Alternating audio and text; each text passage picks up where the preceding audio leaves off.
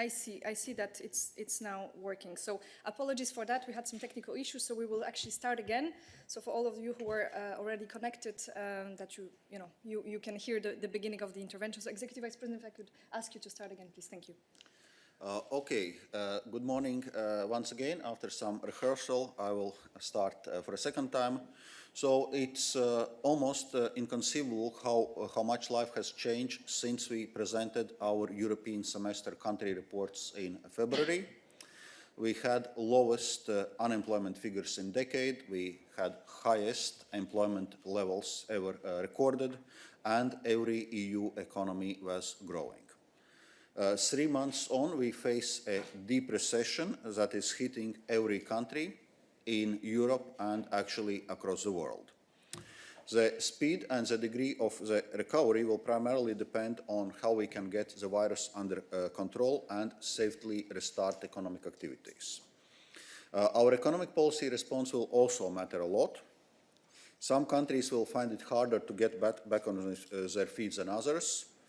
The challenges vary from one sector and one region to the next, but the interdependence of our economies means that the dynamics of the recovery in one country will affect the strengths of recovery also in other countries.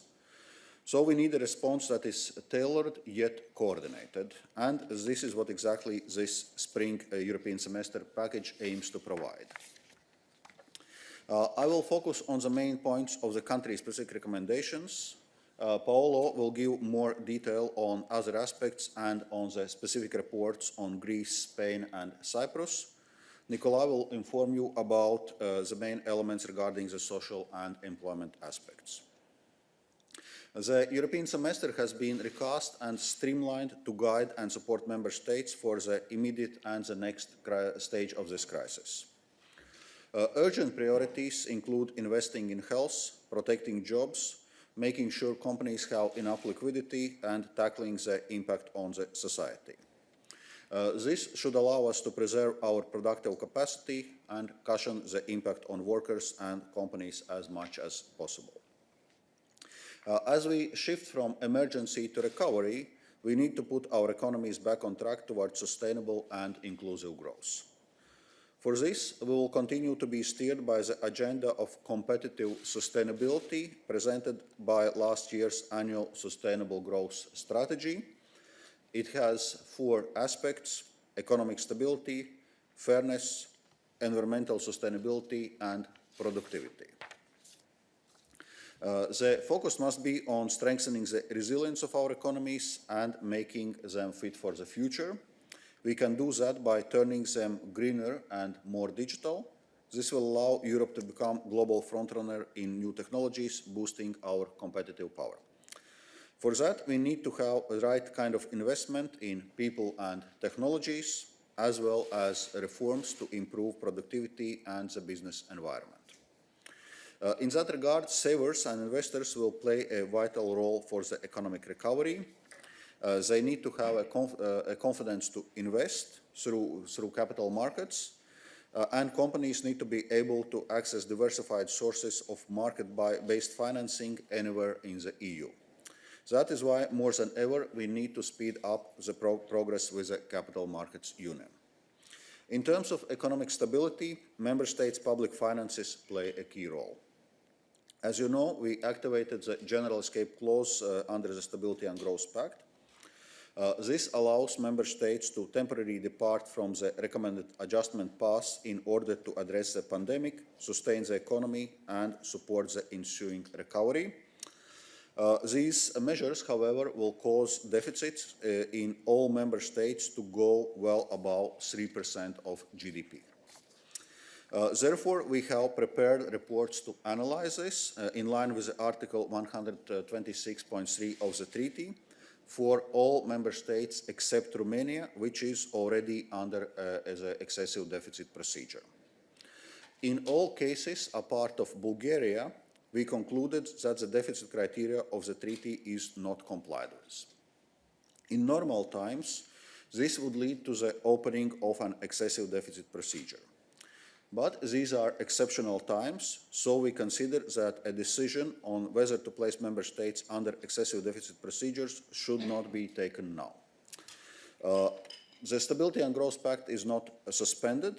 Once the recovery is underway, the focus will be on achieving prudent fiscal positions and debt sustainability while stimulating investments. Member States will need to return to their medium-term budgetary objectives. With the economic impact of this pandemic still unfolding, we face exceptional uncertainty. So at this stage, it's not possible to provide meaningful medium-term fiscal policy guidance. We'll come back to this in the autumn. Our economies also depend on well-functioning and robust financial system. Unlike the last crisis, banks are not part of the problem, but part of the solution, and we need to ensure that this remains the case. We continue to pay close attention to money laundering and the resilience of the financial sector, which is reflected in today's recommendation to 11 countries. Member States must take determined action to close the door on dirty money, which harms public finances and financial stability. The pandemic also will leave deep and lasting scars not only on our economies, but also on our societies. So, Member States will have to address rising inequalities and make sure that no one is left behind.